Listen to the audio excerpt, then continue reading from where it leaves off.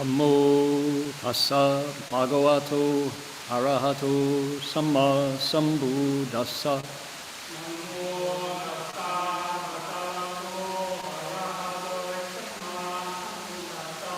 Homage to the blessed, noble, and perfectly enlightened one.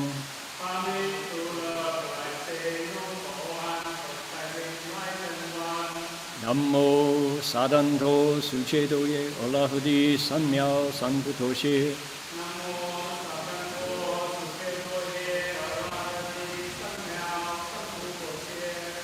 Wushang sheng shen wei miao fa, bai qian wan jie nan sao yu. Wo jin jian wan de shou chi, yuan jie ru lai zhen shi yi. Supreme and wondrous Dharma, subtle and profound, rarely is encountered even in billions of eons. But now we see and hear it and accept it reverently. May we truly understand the Buddha's actual meaning. Shifu Shangren, Gui, Shishung Amitofo. Venerable Master and Dharma friends, welcome to our Sutra lecture. How are you all doing on this new year already, 2026? Glad that you're with us today. It is Sunday, January 4th here in the Gold Coast of Queensland, Gold Coast Dharma realm. It's January 3rd back in California. We are going to be exploring another round of the travels of our pilgrim, Sudana, our seeker of Buddhahood.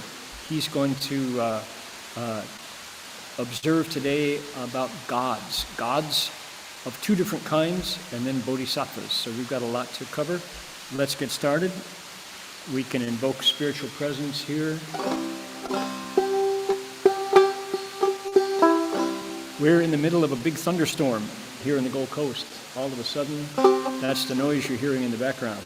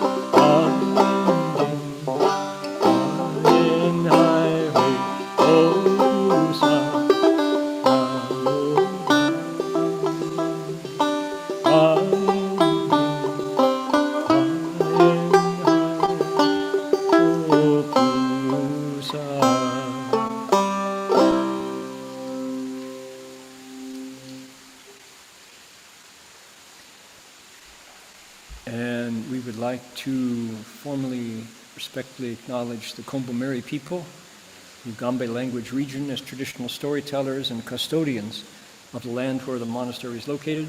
We pay our respects to their elders past, present, and emerging, and the First Nations people whose sovereignty was never ceded. 这说我们恭敬地承认Ugambe语族的孔布梅尔利人，是我们寺院这里今天下大雨这个地方所在地的传统叙事者的守护人。我们向过去、现在和未来的长者们致敬，并且向所有从来没放弃主权第一民族的原住民也致敬。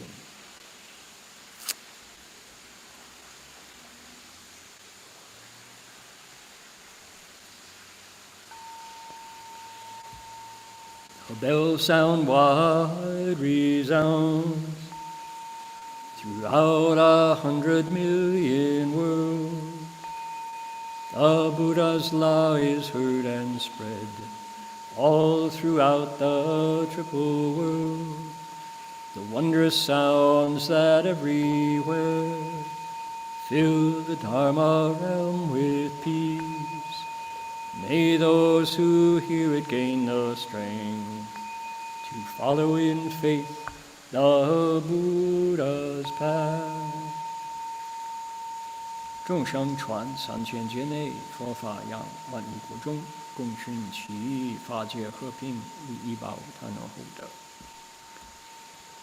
Well, that does it for our early protocols. Let me remove the random noise. That should be a little easier on your ears right now. Like to remind everybody that we will be pursuing answers to questions. We've reviewed the unanswered questions from weeks past. We're ready to give them a go today. So if you have any questions about Dharma, about cultivation, ideally about the Sutra, please type them in.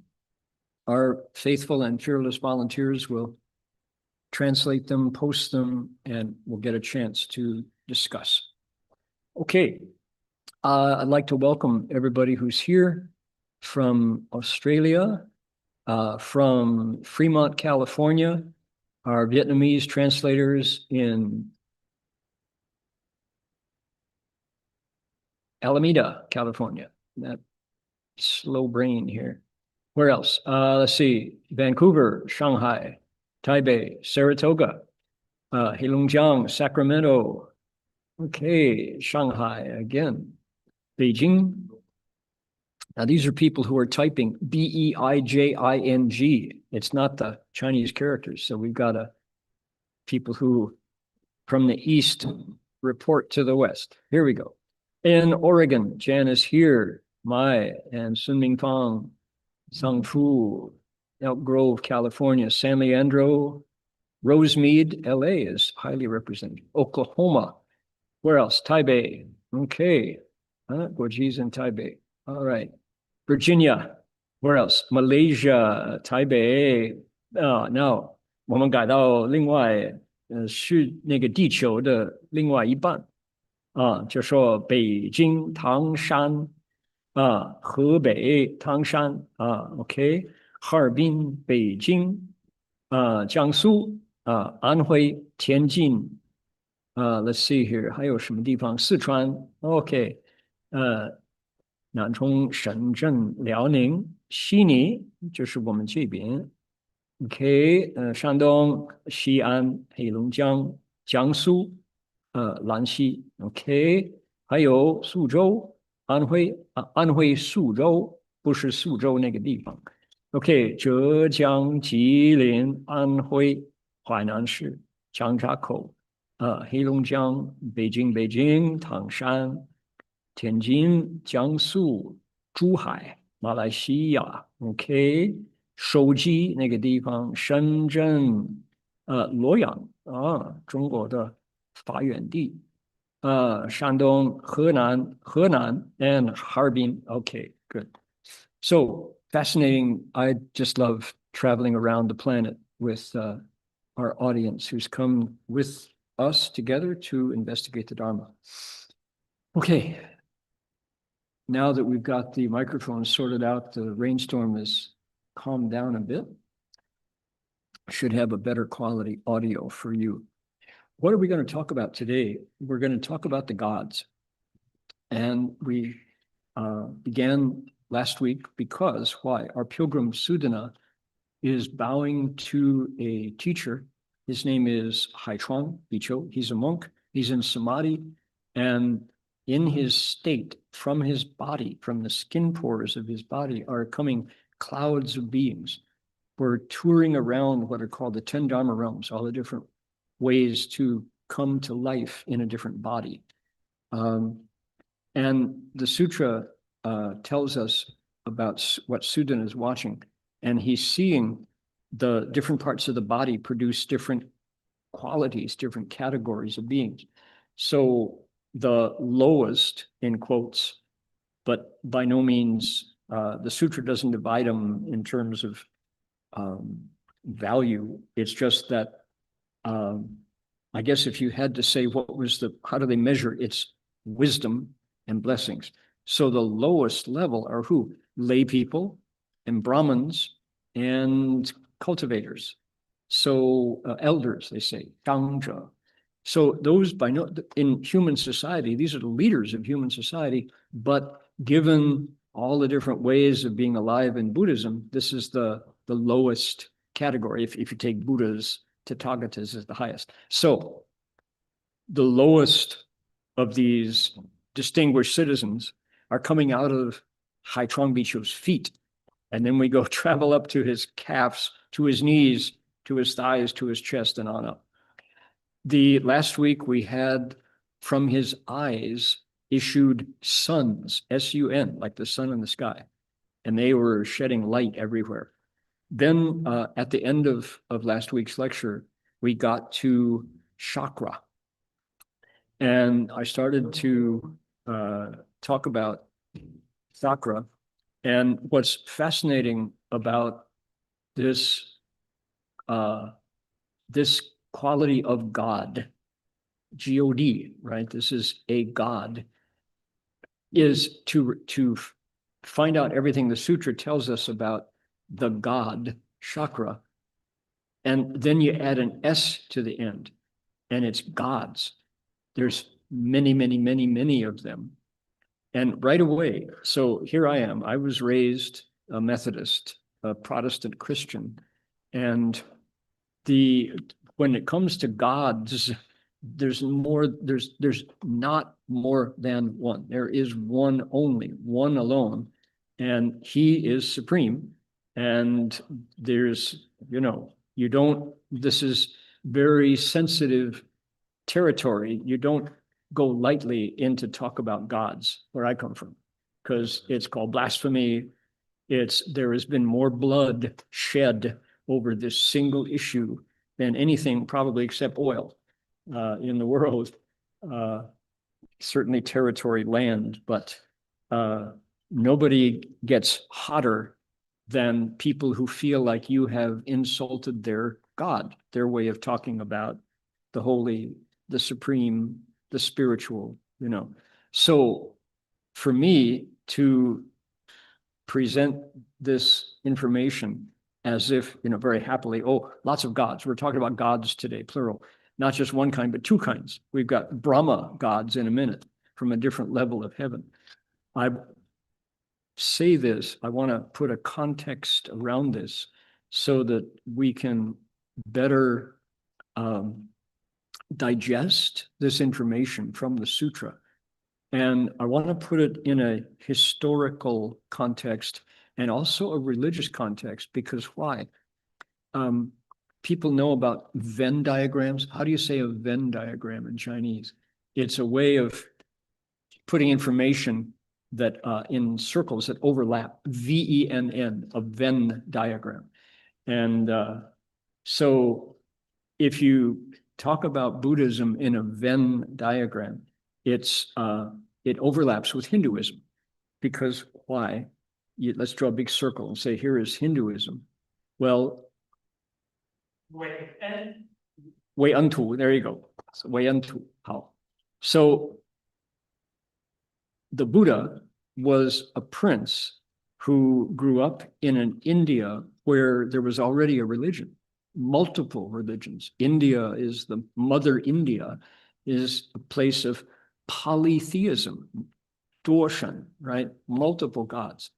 And India is then and is as now is a spiritually diverse and alive place.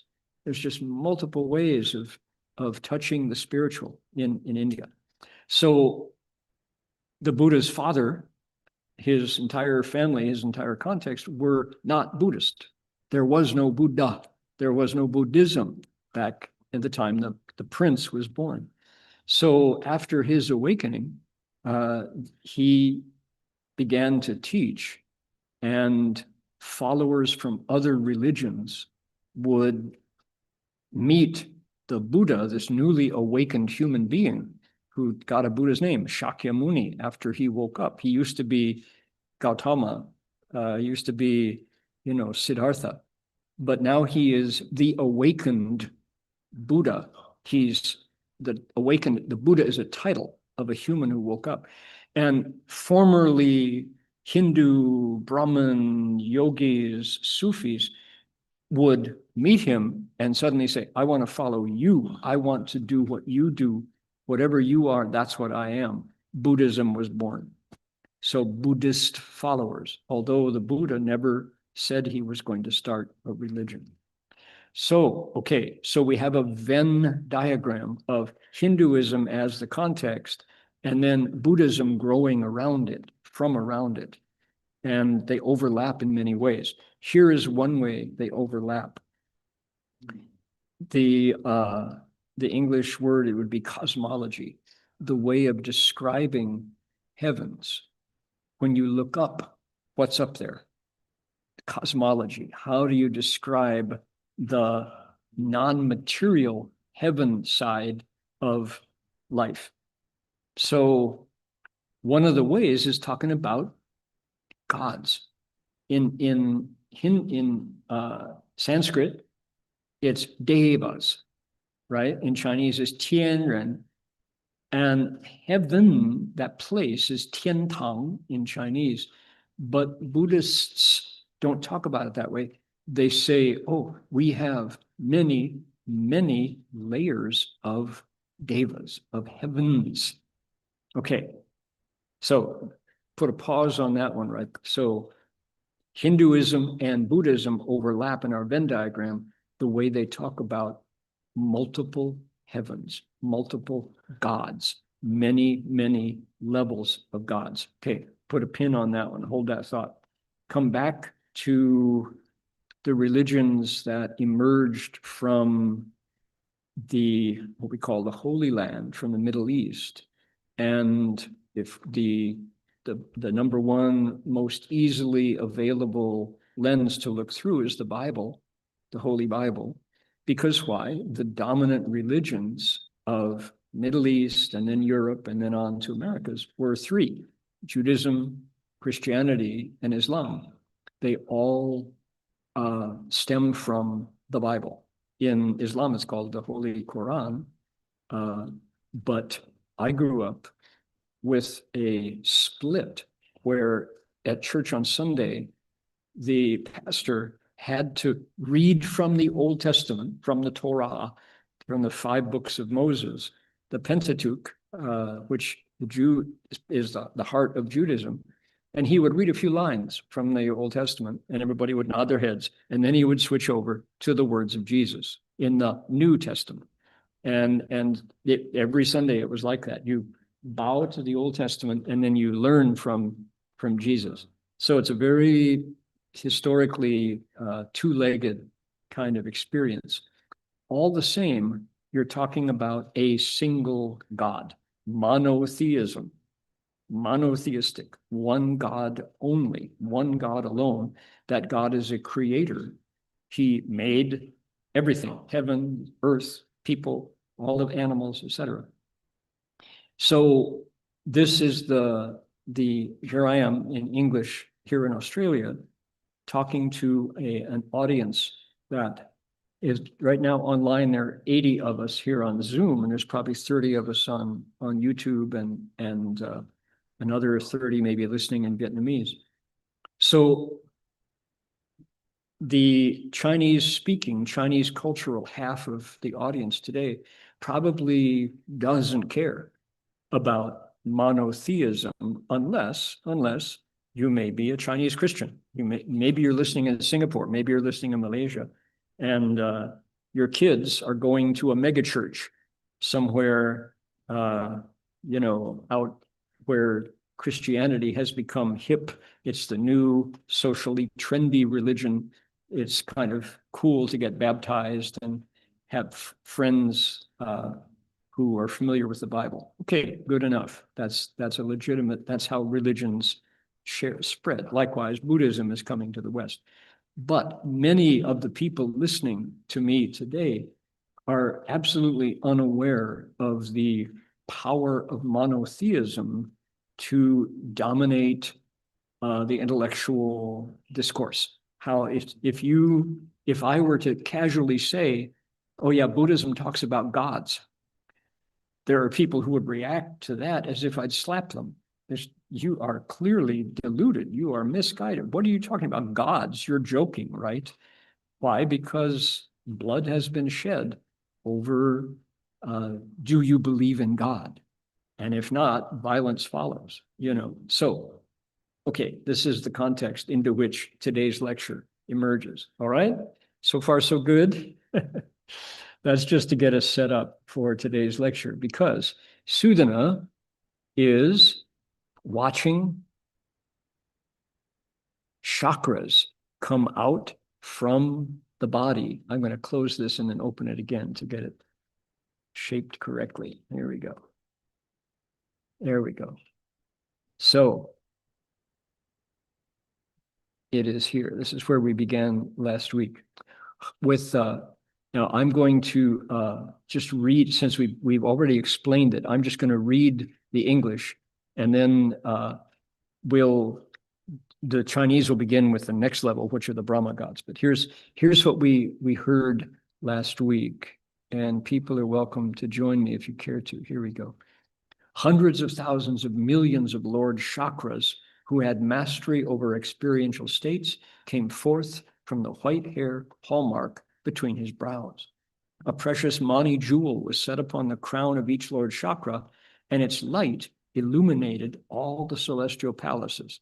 It quaked all the Sumerus, the kings of mountains. It awakened all the celestial assemblies. It praised the power of blessings and virtue. It explained the power of wisdom. It brought forth the power of joy. It supported the power of their determination. It purified the power of their mindfulness. It solidified the power of their Bodhi resolve. It praised the joy of seeing Buddhas and expelling worldly desires. It praised the joy of hearing Dharma and wearying of the states of the world. It praised the joy of contemplating wisdom and ending worldly defilements.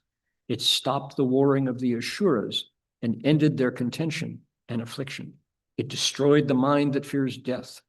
It made the vow to conquer demons. It set up Sumeru, the king of mountains of the proper Dharma. It accomplished the deeds and affairs of beings. Thus, their deeds filled the Dharma realm. Okay, so here we are. Take a step back.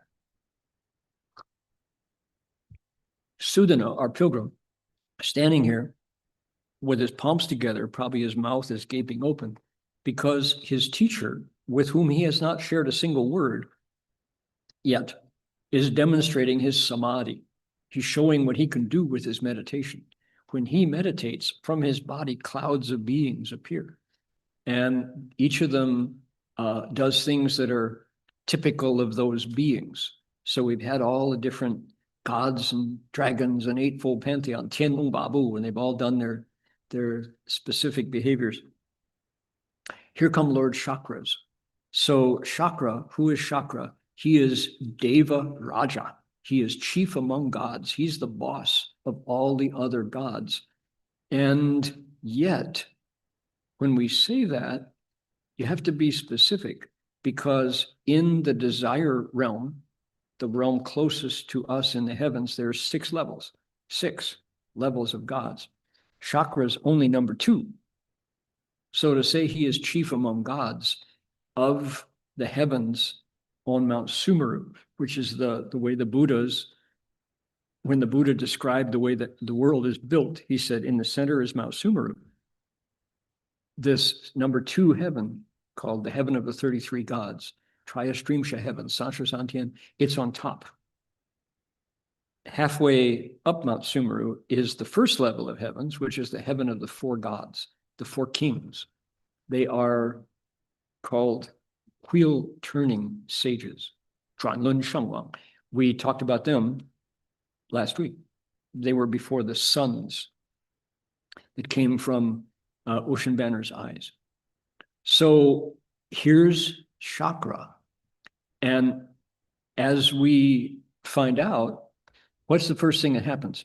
Well, there's a lot of them, hundreds of thousands of millions, and they are masters over Jingjie, various kinds of states. So they can, chakra is a shapeshifter. He can appear in different forms. And he comes out from the part of the body between the eyebrows of our bhikshu who's meditating. First thing that happens is he has a jewel on the crown of his head, and a light comes out of that jewel. Everything else that follows is a response to that light. So the first thing the light does is it shines on all the palaces in the heavens. So the next thing it does is it shakes all the mountains that they rest on.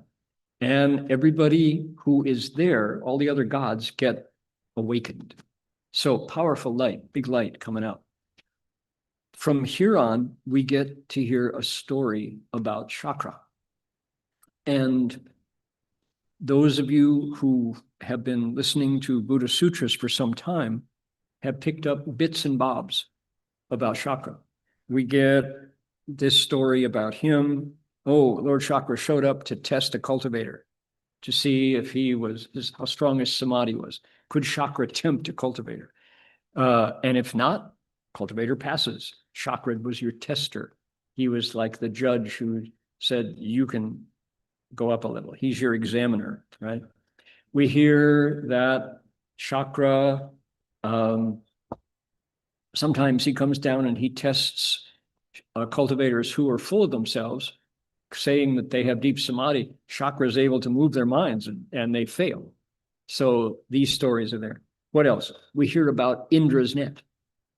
And chakra and Indra are 2 names for the same god. Indra's net, we mentioned it last week. It's a decoration in front of his palace, and it fills the sky, and it's made up of pearls in a net. Each pearl reflects the totality and yet gathers back in. Everything is gathered into a single pearl, and yet the pearl shows all. So Iche, Ji-E, Ji-Iche, Iche, Ji-E, right? One is many, the many is one.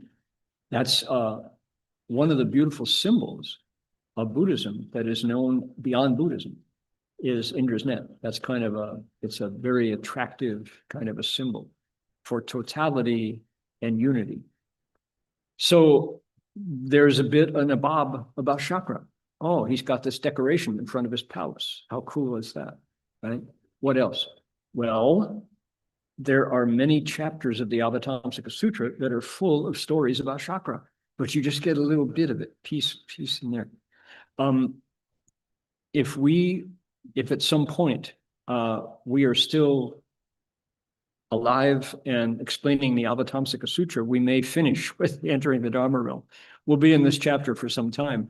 When we're done, we might pick up the chapter called Shen Shou, the chapter of the worthy leader. And in the Shen Shou chapter, there's lots of stories about chakra, a lot. Stories about how he is, what kind of a warrior general he is. He's a fierce fighter. He's a major military deva. And one of his jobs is to fight off the Asuras who come and attack. We've heard about those stories. That's in the Avatamsaka Sutra. So I want folks to get the sense that God is a story that is popular worldwide. Christians, Jews, Muslims, that's a major piece of humanity on the planet Earth, followed that story. And yet, when you step outside of the realm of the Abrahamic religions, the people of the book of the Bible, there are other stories about the heavens, about gods, about devas, plural. And here is one of them. We're in that story here. And so myself, as an English-speaking bhikshu disciple of Master Hsuan Hua, who absorbed his wealth, Master Hsuan Hua's, Shifu's wealth of knowledge of traditional Dharma. Shifu was schooled in the Tiantai teachings. He was schooled in the Shensho teachings, so the Lotus Sutra tradition, the Avatamsaka tradition. And Shifu was there to Shifu brought with him to the West this treasury of traditional lore about Buddhism. And we heard it every night, 90 minutes, twice on Saturday, twice on Sunday. Shifu would just pour out just however much he could eat. He was serving up this banquet of Dharma.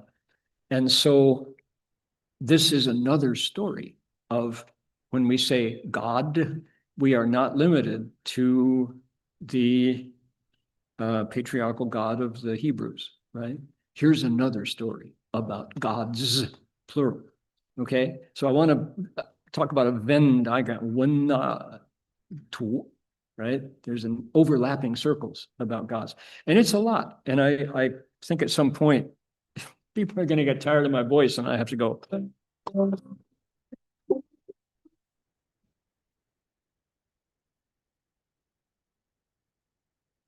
Well, I've got my. I have to. You didn't hear any of that because I didn't have my original sound. Here we go.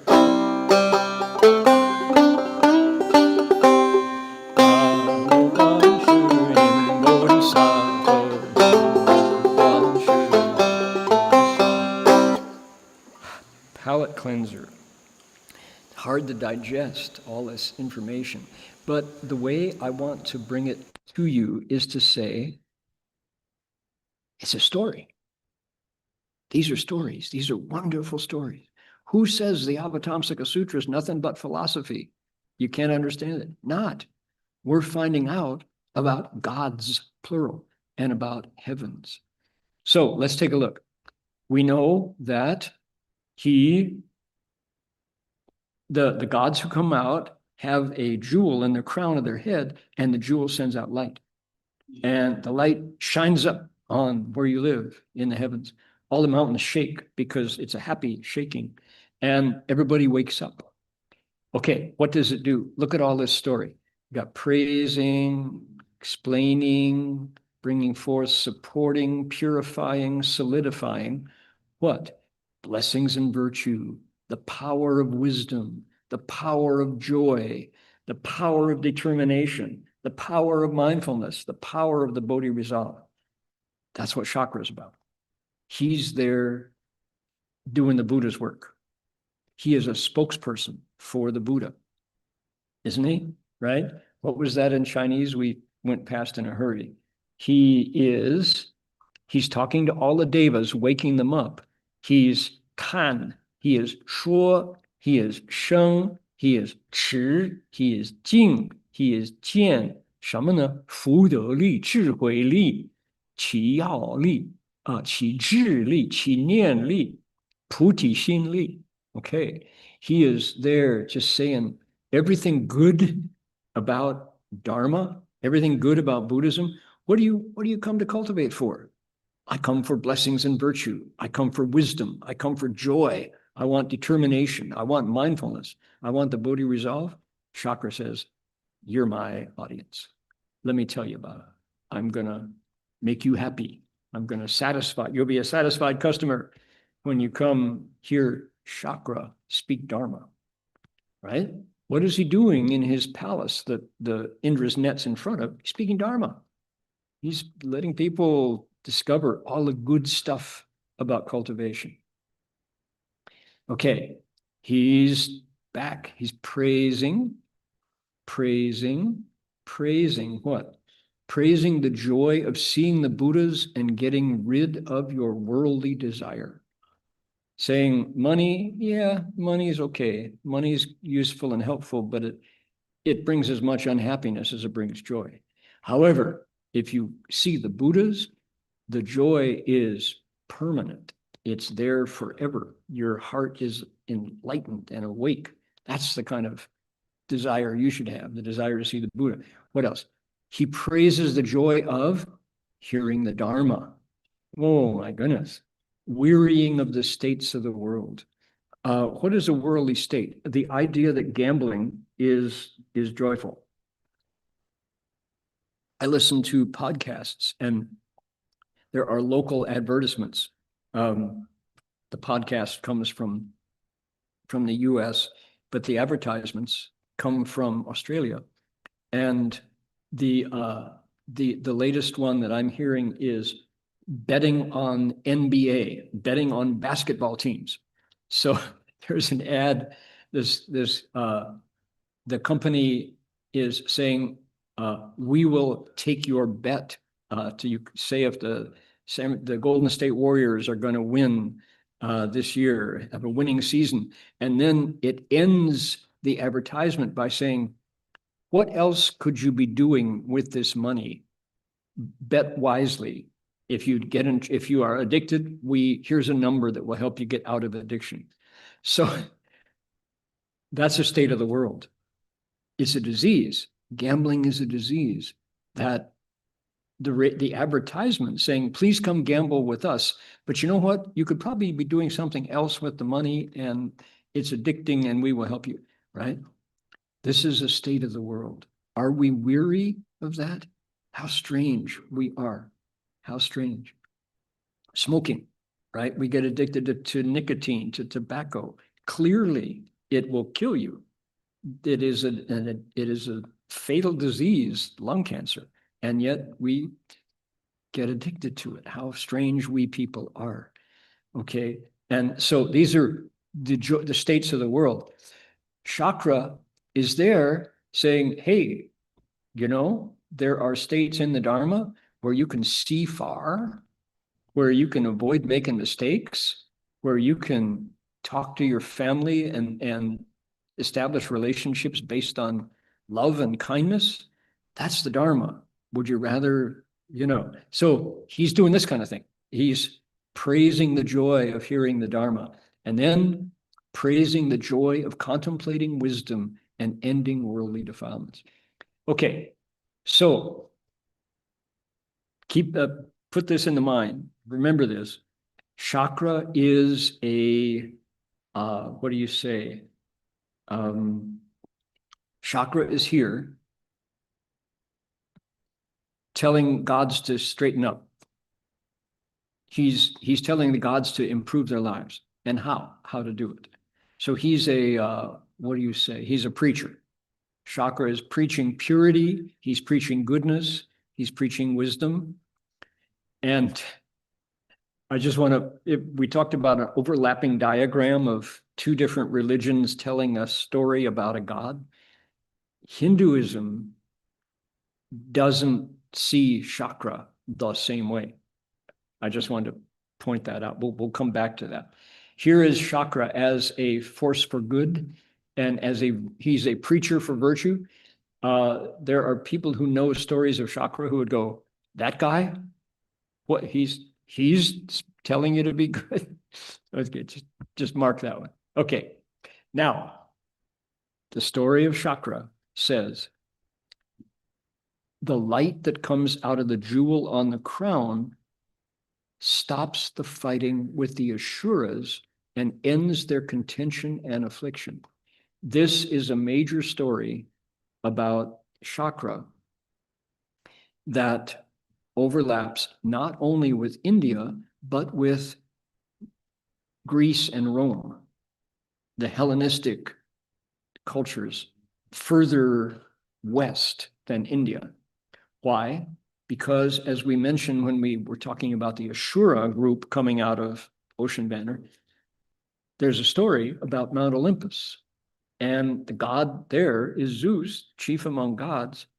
And he is fighting with the Titans, who are in a remarkably similar way fighting for control of the peak of the polar mountain, Mount Olympus.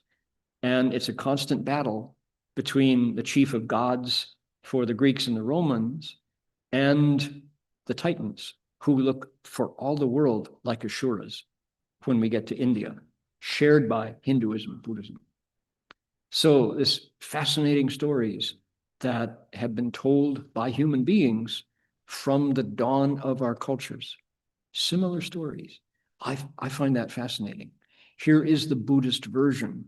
And from my point of view, the Buddha sees further, sees to the roots of these stories. And so he's talking about Mount Sumeru. He's talking about Lord Chakra and the Asuras.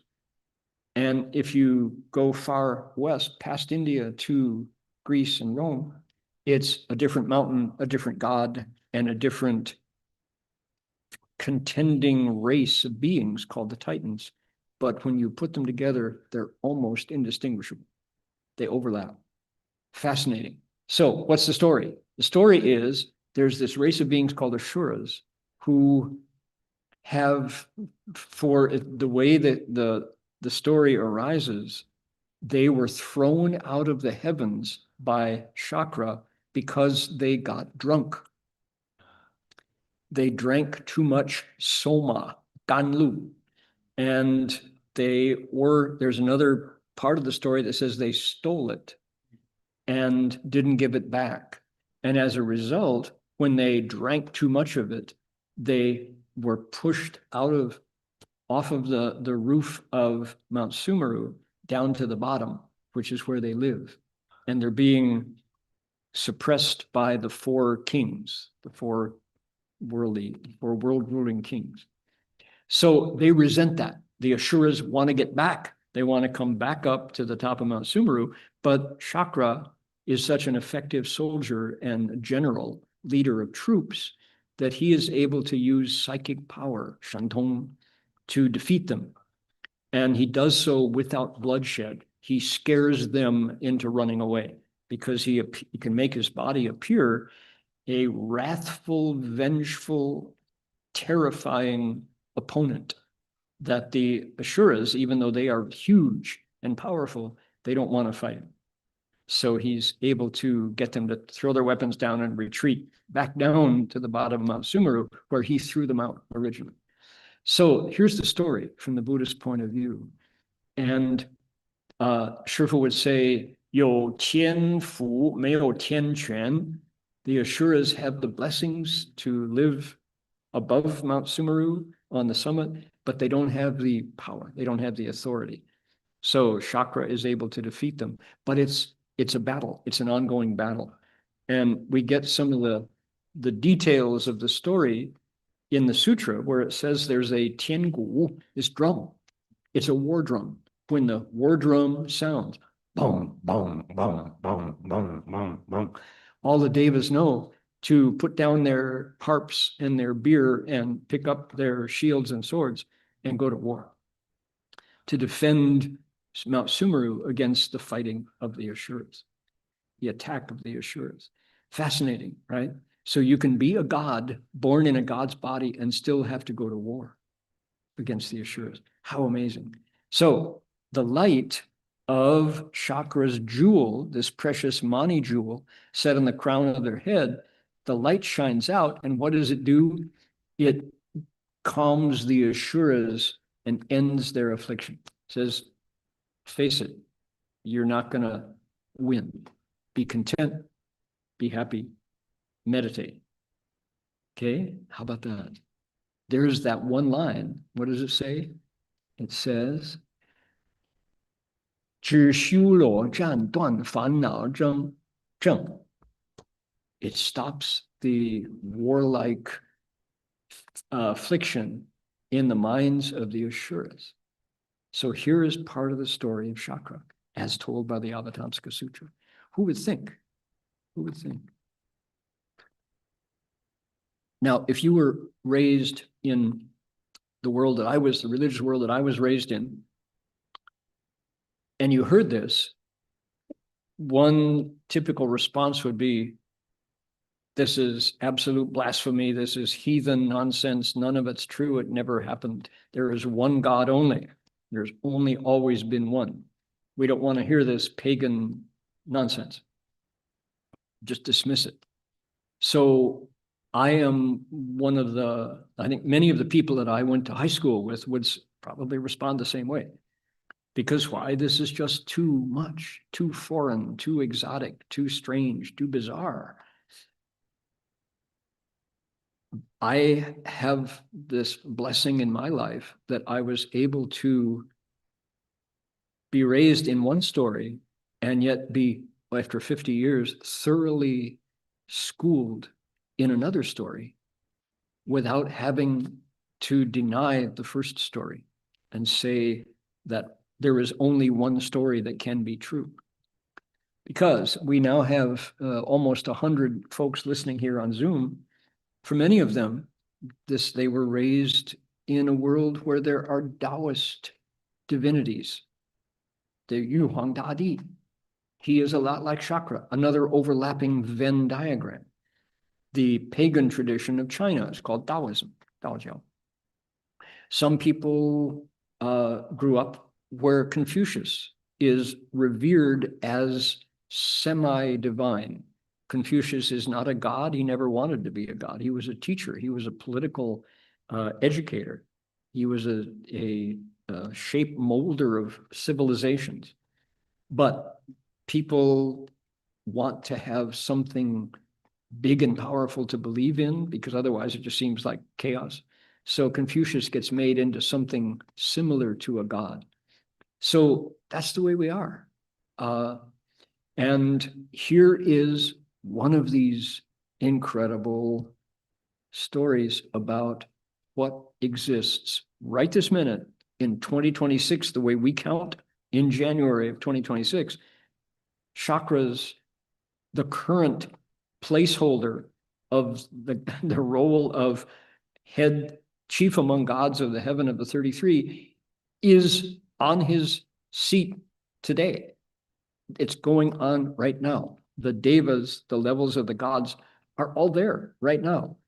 They didn't take a break. This is not long ago and far away. This is happening among devas in that realm, contiguous, similar to ours right this minute.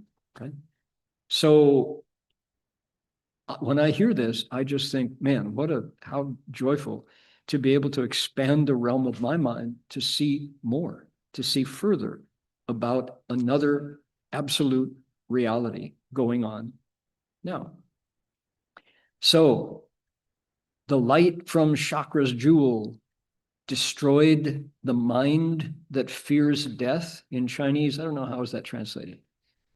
灭不死心, 4 characters, wipes away, afraid of death thoughts that are afraid of death. That light has the power to calm the mind that fears death. Why? Because it allows us to see death as a continuity. And if we are positive and wholehearted while we're alive, we know that the causes, the seeds that we plant while we're alive will bear fruit in the next life, an even better life. So fear is a result of wombing, of not knowing. This light that chakra sends out destroys the darkness, and we know Yo Ming, right? We see what's ahead, and we're not afraid. Further, that light makes the vow to conquer demons. It's like, okay, that's the Fa Xiang Mo Yuan. Okay, Xiang Fa Xiang Mo Yuan. That's a powerful powerful light. It sets up Sumeru, the king of mountains, of the proper Dharma. This is an analogy. So, Zheng Fa De Xu Mi Shan. So, the right Dharma is as tall. There's that much of it, as tall as Mount Sumeru is tall. That's a lot of light, right? A lot of Dharma. And finally, as it says in every case, it accomplished the deeds and affairs of beings. Thus, the deeds filled the Dharma realm. Whew, that's a lot. Okay, take a look here. Who is this? Here is a Hindu version of Indra, Intolo, right? Namo Balahamoni, Namo Intolaya in the Shurangama mantra. This is Indra, who is also Chakra. And notice he's got an elephant. He's got his one of his many wives. And he's got an elephant because Chakra rides an elephant. Guess who else rides an elephant? Samantabhadra Bodhisattva. It's the same elephant, Airavata. This, the story, notice he's got this sword, he's got vajras, he's got attendants, he's got, on his body are eyes. He wears a garment with eyes on his body to be able to take care of the devas. Interesting, you don't get pictures of God very often. Michelangelo painted some pictures of God on the chapel, the Sistine Chapel ceiling. This is, again, a Hindu picture of Chakra. There he is. He's got a crown. He's got 4 arms. He's got weapons. His elephant is holding beads on his trunk. Bells. There's a wonderful sutra, chapter at the end of the Lotus Sutra that talks about Samantabhadra's elephant. So here is a Buddhist picture of Chakra. He is a Dharma protector in this story. He and Brahma, Namo Balahamoni, are both Dharma protectors who clearly are there to get people to cultivate. Let's see here. Here's another, is a very Chinese. Chakra here kind of looks like a bureaucrat. He looks like he might be a minister to the emperor.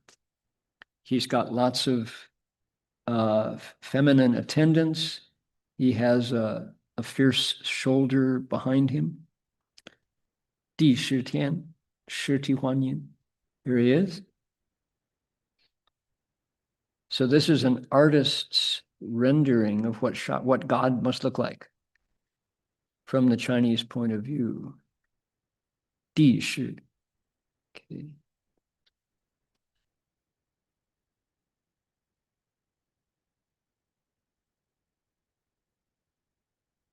Gonna close that. There we go.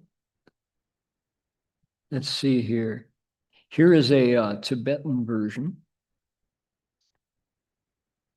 And this version of Chakra, he looks at ease, doesn't he? He looks pretty relaxed. He's got beads. So at this point, let's bring up one image that we haven't seen before. Okay, here is Chakra with his elephant, and many of his maidens, his wives, are celebrating him. This is a Hindu version, and I'll just mention that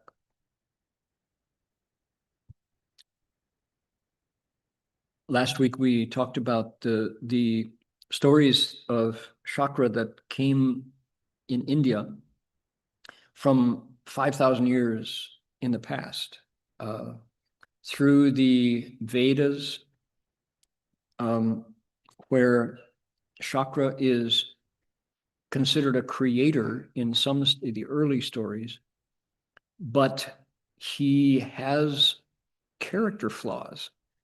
He's jealous. He interferes with the ascetic practices of real cultivators because he doesn't want anybody to rival his power or his throne. So he knows how people get reborn in the heavens by doing the 5 good deeds, the 5 precepts and the 10 good deeds, 5戒, 十善, and he goes and he interrupts them. He distracts them. He finds ways to cut off their cultivation of purity so that they won't get to become gods and knock him off his throne. So this is the way that one of the Hindu stories about how chakra is created. And as there are other, this is from, here's his elephant. You see the elephant here. Here is chakra. This is a Hindu. He's got someone on his elephant who's got a fan, it looks like, or a canopy. So as more literature, sacred literature comes out over the thousands of years, chakra loses his dignity in the later stories. And there are stories called the Puranas, these legends, where chakra does things that are actually sort of embarrassing, they say. And he's considered not a model anymore. So that's just one level of story. When we get to Buddhism, chakra becomes renewed as a source of virtue and a reliable teacher of Dharma.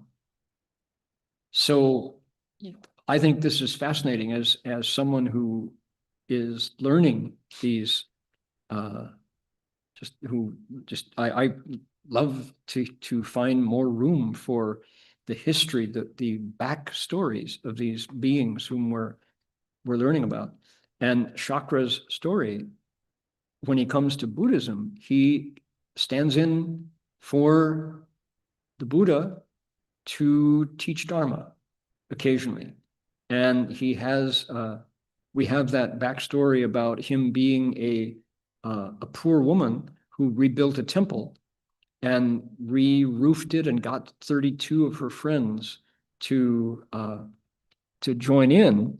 And as a result, was reborn in the heavens as a reward. So here is, we've got some very helpful information here. Hold on here. Bring this up. So when we get to Chan, chakra is not pulled down. He's not replaced. He becomes not important to liberation. In the Chan school, bit by bit, the focus is on the mind, and having a God there being essential to your practice or the source of grace, he's not important.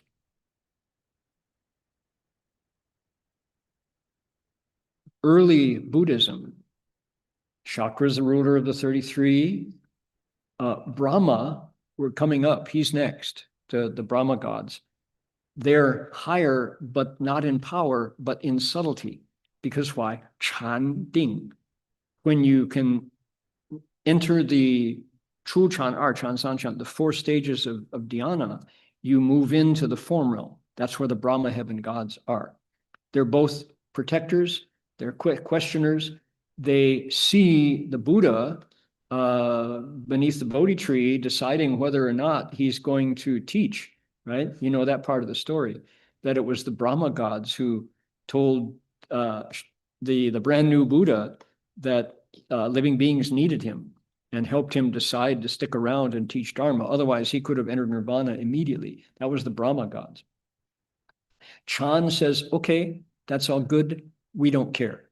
You still have to cultivate the way. So in Chan, this is our school. It's not that we worry so much about the gods and how to relate to them.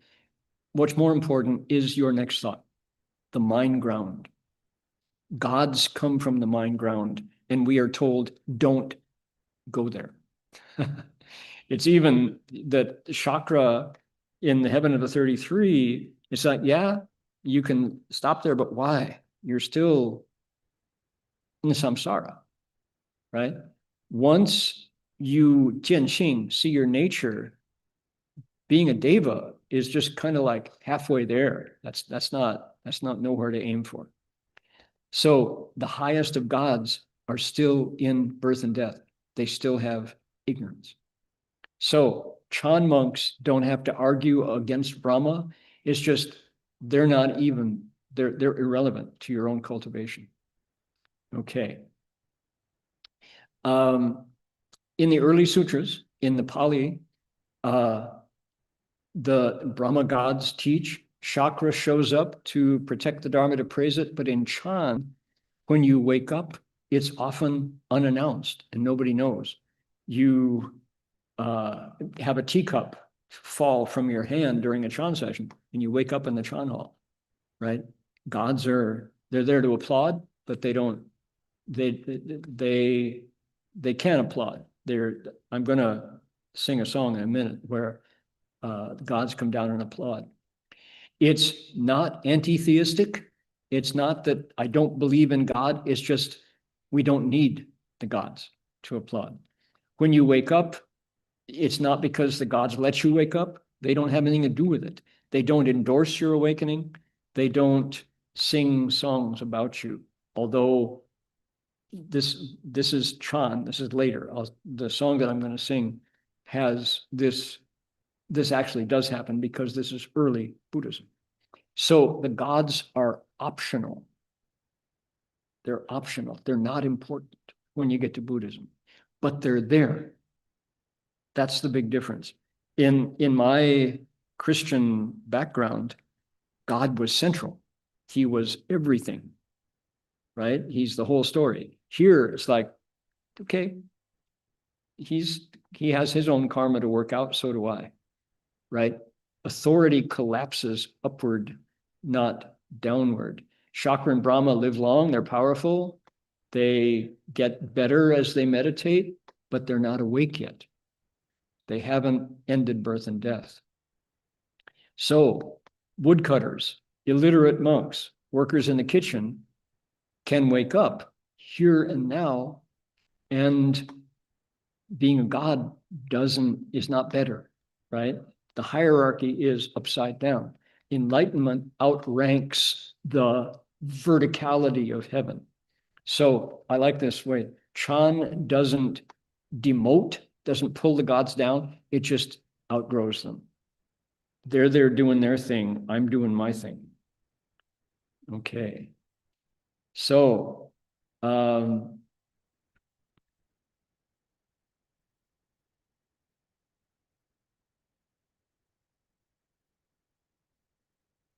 okay. So, gods still appear in whenever there's a picture of the Buddha. The gods are there holding their paiways with their palms together, making offerings. They're still there in the pictures.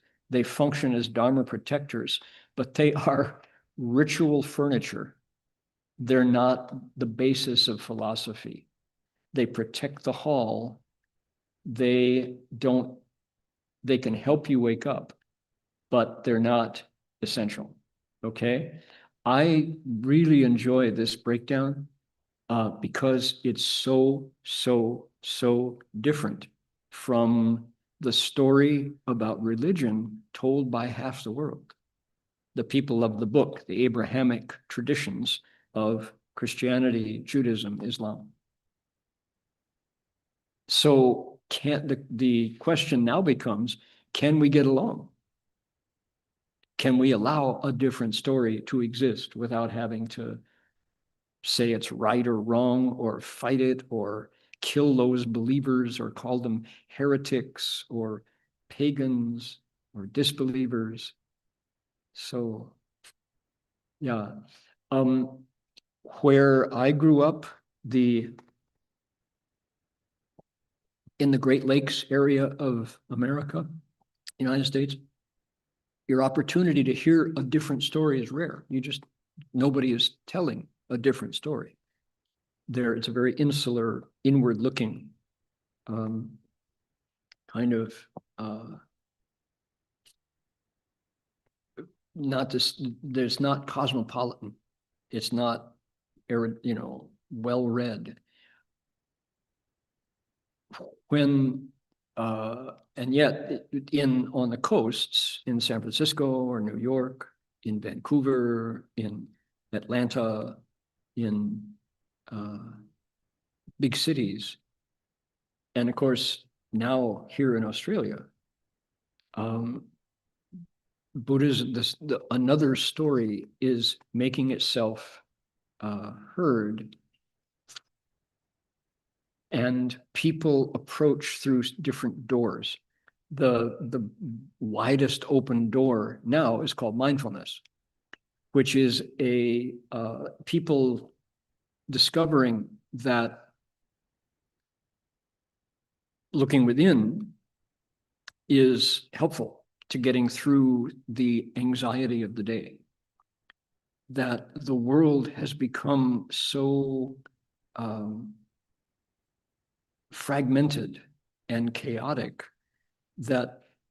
and the tools given us by technology, tools like your cell phone, for example, only increase the scattering and the chaos, and doesn't bring relief to our lives that it's very easy to react against all of the input, the diversion. We are diverting ourselves to death, right? We're entertaining our death by entertainment. So our minds are becoming polluted by the number of distractions. So one of the answers has been psychotherapy.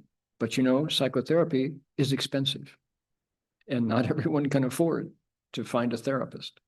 Alcohol and drugs carry a penalty. They can harm the body and mind when used to excess. And it's that line between feeling better and feeling terrible is just the third beer or the third shot. So when people say, oh, you know what? If you sit still and look within, watch your breath, tune in, it doesn't cost anything, there's no side effects, and actually you feel more yourself, you feel grounded, people are going, yes, I want that. That's mindfulness. So to go from mindfulness to learning another entire story, that's a big step. And so our monastery here, Gold Coast Dharma Realm, the monasteries of Dharma Realm Buddhist Association, followers of Master Shen Hua, are steeped in the story. And as translators, we are bringing more than mindfulness. We're saying, okay, now that you've calmed down and you found that your senses are the things that need to be contained and disciplined so that they can go through the confusion and distraction to a core, to a root, to something living and that's yours, and parenthetically is also free of charge. There's a story that ties it all together. And here is part of it. The story is contained in these texts. And here we have a seeker of enlightenment who's wants to replace the Buddha as an awakened being. And along the way, he's got to learn from 53 teachers. And this teacher number 6 is giving him a crash course in the cosmology of Buddhism. And today we're learning about gods. Are you ready for that story? Do you have room in your mind can you contain that story? Big question. Okay, I've been threatening you with this song here. This is the song of Sunita, and I've sung it not long ago. We've done it multiple times. So what is it? I'll explain it and then sing the important verses here. So Sunita, this is a poem from the Therigatha, the songs of the ancient monks. And this is one of the earliest layers of sacred poetry.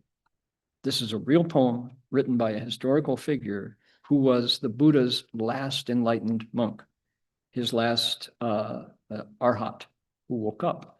And the fascinating thing was, Sunita was an untouchable. He was the lowest of the four castes, known as Harijans or scavengers or outcasts. And he tells these are autobiographical poems. And there's the Therigatha is a book, and there's the Therigatha about the female enlightened arhats. He says, I was born poor in a lowly family. My father disappeared. There was little to eat. My work was degrading. I gathered withered flowers from shrines, sold what I could, and threw the rest away. Who was he? He's homeless. He's a beggar. He's a garbage man. He goes to where there's lots of pujas in religious India, and everything's done, and he kind of picks through the garbage to see if there's anything worth salvaging, and he resells it and then throws the rest away. And just like homeless people that we encounter every day on the street, depending on where you live, people found me disgusting. They despised me. They ignored me, or they looked away. The pain of rejection hurt as much as the hunger. But I lowered my heart and I bowed every day. Look at the self-awareness and the bitter truth of homeless, right? People spit on them, kick them, reject them, and it hurts as much as the pain of hunger. But what does Sunita do? He's got to practice. He practices ritual bowing, prostrations. He bows. He's got a Dharma practice. One day, Sunita's standing there with his garbage man poles and baskets, and the Buddha shows up. Then I saw the great hero entering the city, greatly awakened with his monks in line, the most supreme of the Magadhans, walking like a lotus, pure and refined. Sunita knows who this is, and he sees all the monks behind the great hero. And what does he do? He does something that could earn him death. He could be killed or beaten for daring to approach a kshatriya, the second of the castes. The Buddha was a prince. I lost all fear. I set down my pole and baskets. I walked up to him and I offered to bow, pay respects, which could have been the end of me. But then the conqueror of Mara, the one who defeated all the demons, stops the line and stands still and accepts his bows. Sunita goes further. What a courageous guy. I bowed at the feet of the teacher. I stood to one side and I said, great sage, could I take refuge? Could I become a monk under you? Now, even in the Buddhist Sangha, there were former Brahmins who would go, get out of the way. It was so severe that if you, as an untouchable, if your shadow fell on the body of an upper caste person, you could be punished, and the upper caste person could never wash it clean. The compassionate teacher not only did not react that way, he raised a hand in a blessing and said, come, Ehi Bhikkhu, come monk, get in line. You're one of my disciples. And my new life began. Oh my goodness, you get goosebumps. Now, so the camera shifts now. Sunita is shaved his head, he's wearing robes, he's out in the mountains cultivating. I live alone here in the mountains. I never tire as I cultivate the way, following my teacher's words, just like he taught me, with one mind by night and day. He is vigorously cultivating the way. Okay, and now his poem takes us right into the transformations that led to his enlightenment. The sun went down. I entered samadhi. I saw my past lives, my Tianyin, my Deva vision opened. Just before dawn, I got enlightened. I broke through the mass of darkness and I realized the state of nirvana beyond samsara, the state of the deathless. Okay, so here's guess who show up? Chakra and Brahma. Oh, the night was ending and the sun was returning. Indra and Brahma paid their respects to me with the palms together, shining light the way gods do with eloquence. They said these words to me. Oh, homage to you, thoroughbred of humans. Homage to you, human supreme. And I gotta turn on original sound from musicians. Your afflictions have ended. All your suffering is over. You, dear sir, are worthy of offering.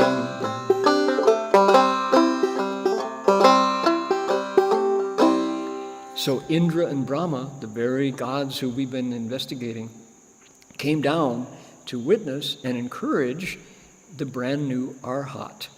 They put their palms together, they radiated, because they're devas, they're not humans, and they say, homage to you, thoroughbred of humans, outcast, lowest of the four castes, you have now become beyond human, beyond caste. Homage to you, human supreme. Your afflictions are over. Bodhi has realized. Your suffering's gone. You are Tassa Bhagavato Arahato Samma Sambuddhassa. You are worthy of offerings, right? Now, the last verse is wonderful because it brings the Buddha back. The teacher smiles, sees the devas paying respects to the former outcast, the current Arhat, and he tells how it happens. Upon seeing me, venerated by the devas,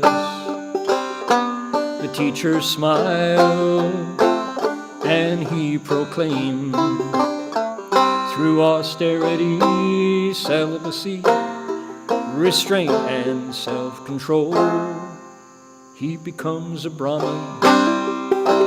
He is a Brahman supreme.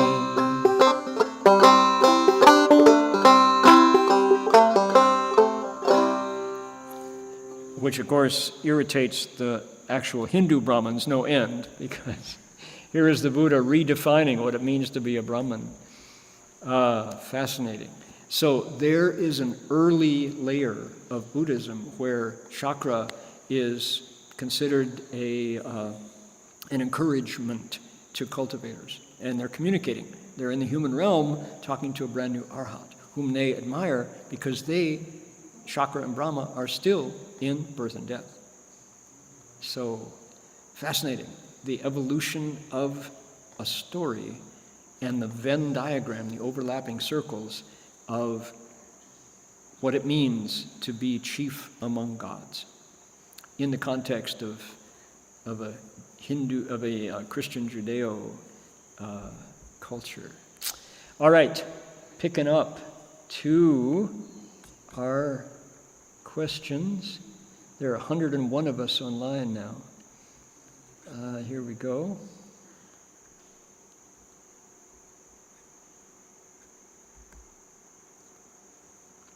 So, Reverend, with the Asuras, dragons, and devas manifesting from the samadhi of Bhikshu Ocean Banner, are they manifestations as a demonstration? Do they go out in the world transforming beings and crossing them over?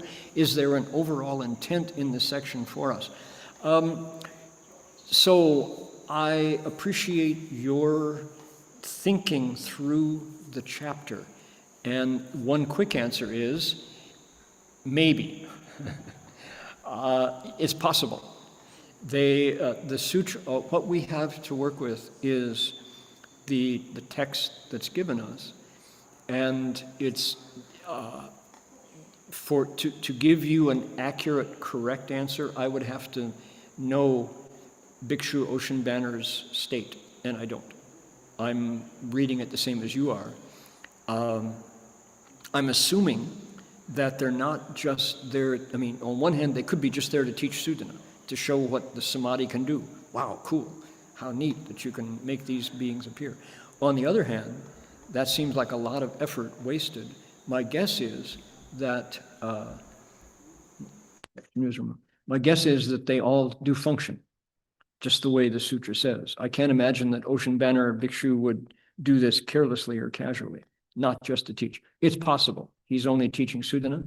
I think probably before Sudana showed up and after Sudana has gone down to the next teacher, these clouds of beings that emerge actually function.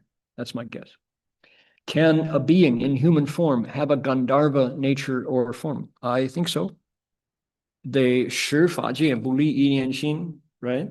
All these different realms of beings come from one mind. So the being in the human form is simply one of the manifestations, but the mind, take it past the current form to the source, and the mind can make Buddhas. Your mind can be a Buddha. So your question could be, can a being in human form have the Buddha nature? Yes, absolutely. Is chakra like Erstor Bodhisattva? He stays in the lower realm by choice. So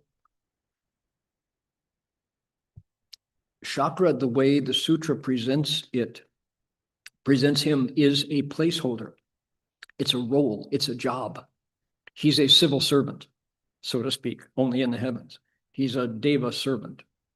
So chakra is there the way the Buddha tells the story. There are other stories about chakra, but the way we get chakra presented in the Avatamsaka, he is there to teach Dharma. So Erstor Bodhisattva chooses to go to the hills. The current being who is a deva, who may not have always been a deva and may not be a deva in the future, currently in the role of chakra, is there teaching by choice. Yes. How do we tell which religion belongs to chakra and which belongs to heavenly demons? Heavenly demons. Okay. 阿弥陀佛。我们如何分辨哪些宗教属于第十天的体系，哪些属于天魔的体系？ Okay. The answer is you have to use wisdom and look carefully. Look at what they do. So the question is, are there some religions that are actually demonic? Yeah, clearly. When I was bowing to CTTB, Jim Jones of People's Temple, which was Jim Jones was an evangelical Christian pastor who actually began in Ukiah, just down the road from City of 10,000 Buddhas. He also recruited many of his followers in San Francisco, and at some point, along with 1,000 of his followers, he moved down to Guyana, the country in the north of the South American continent. And he took all of his followers from People's Temple. It was a cult. And Jim Jones, this preacher, maybe he was good at one point. If you look at his past, even when he was in Ukiah, he was arrested for he made the claim that he could bring a young boy who had died back to life. And he tried for 3 days, and the corpse was still dead.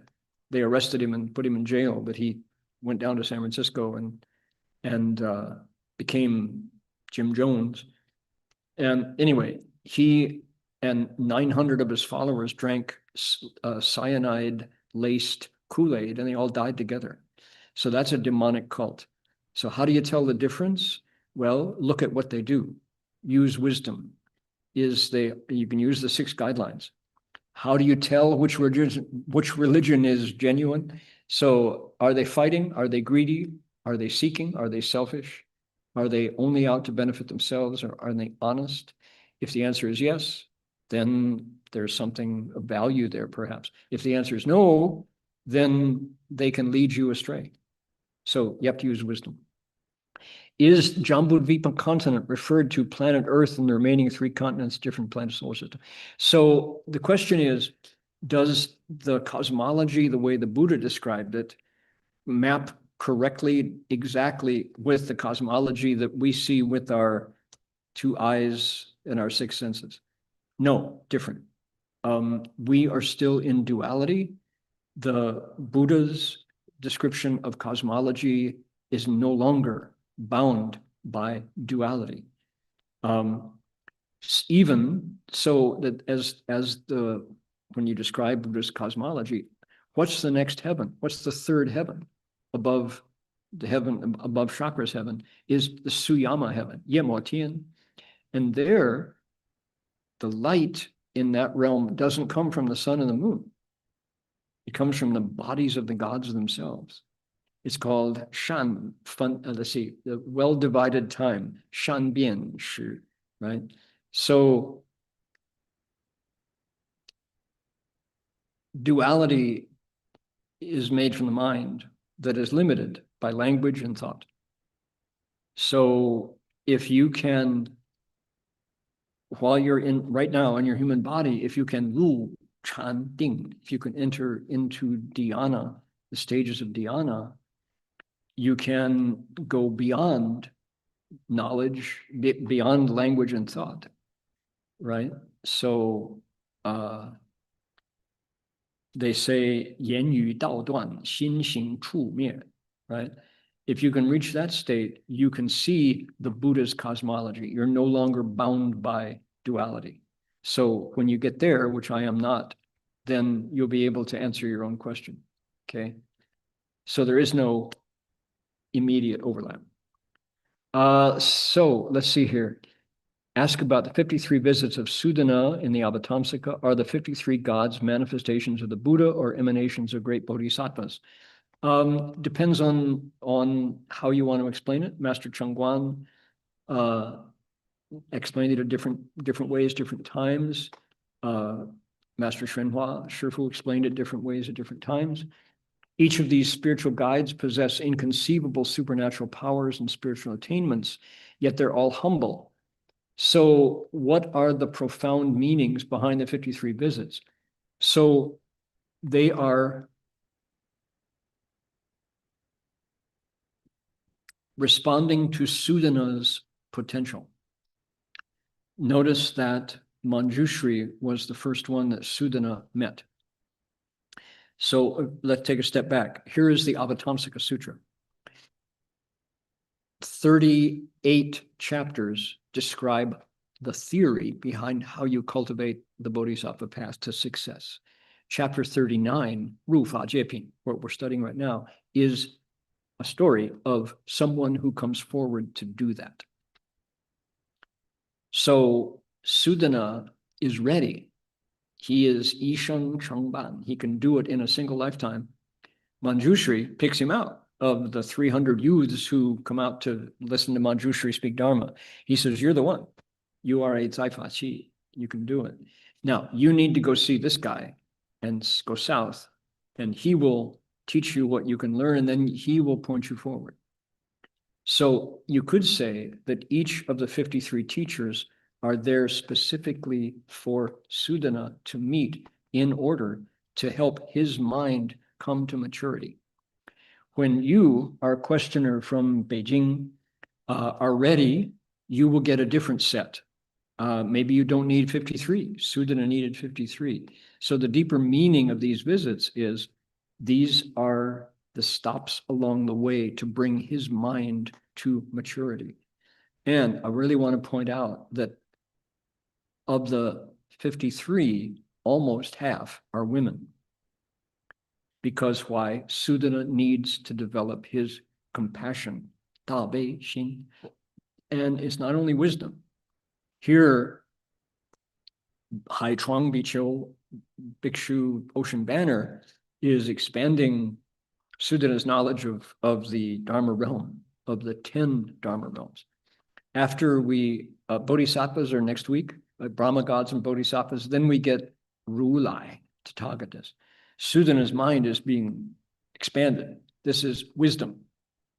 But the highest wisdom still requires compassion to be complete.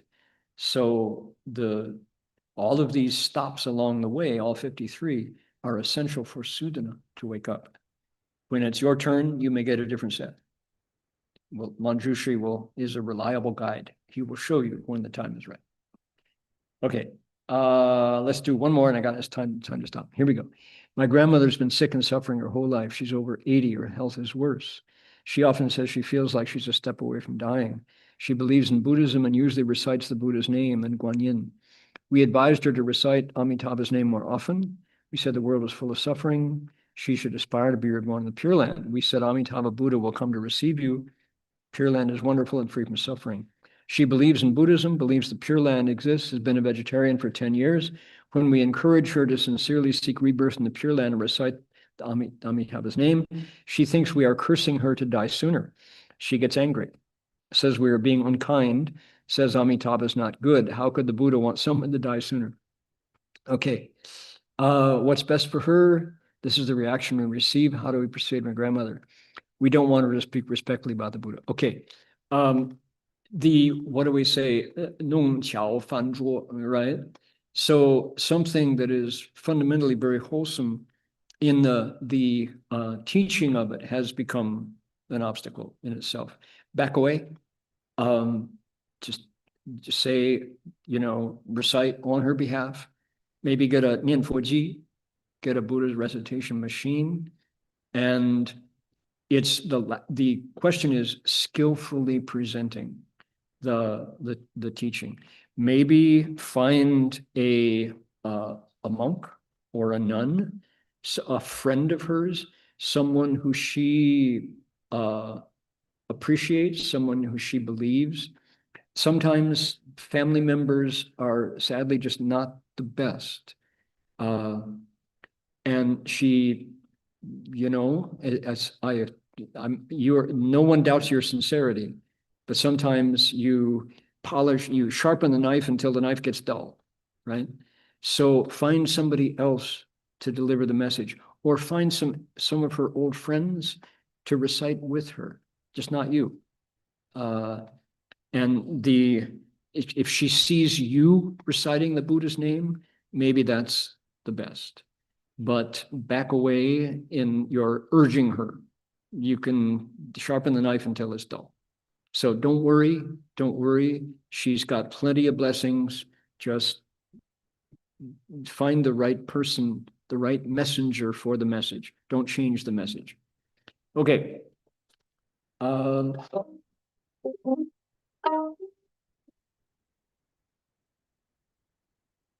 The world just took a step closer to war today, so we need to reduce those causes. Medicine Buddha is the one with the message. So let's recite Medicine Buddha's name and transfer the merit. See you all next week. We've got more wonderful stories. The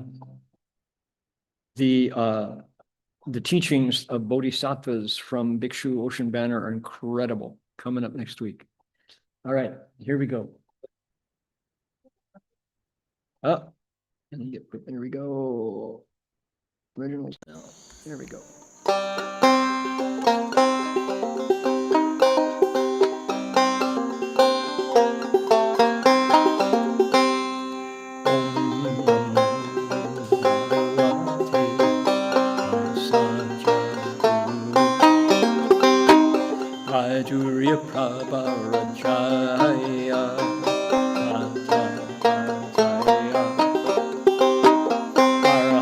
Samyak Sambuddhaya.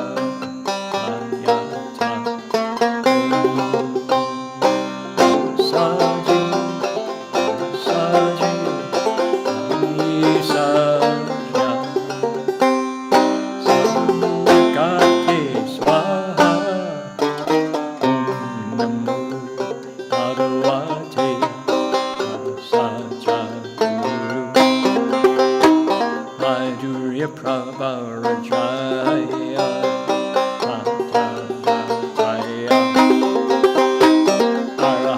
Samyak Sambuddhaya Yata Om Saji Saji Saja Samukate Swa. One more time.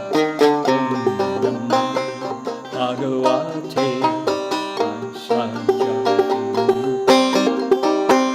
Madhurya Prabharadraya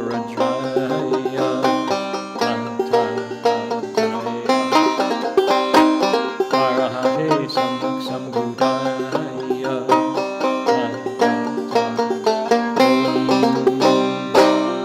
Saji Saji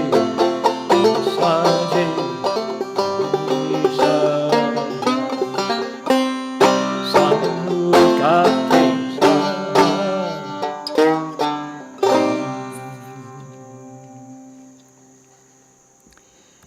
So, before we're done, we get a chance to bow to Guan Yin and bow to our teacher. So let's do that. Here we go.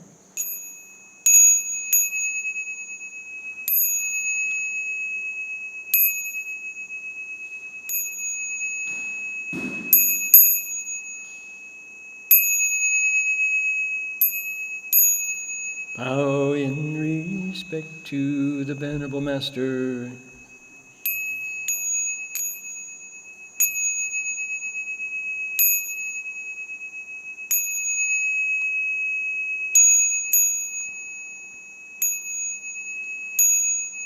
Okay, before we're done, I want to wish everybody a Happy New Year.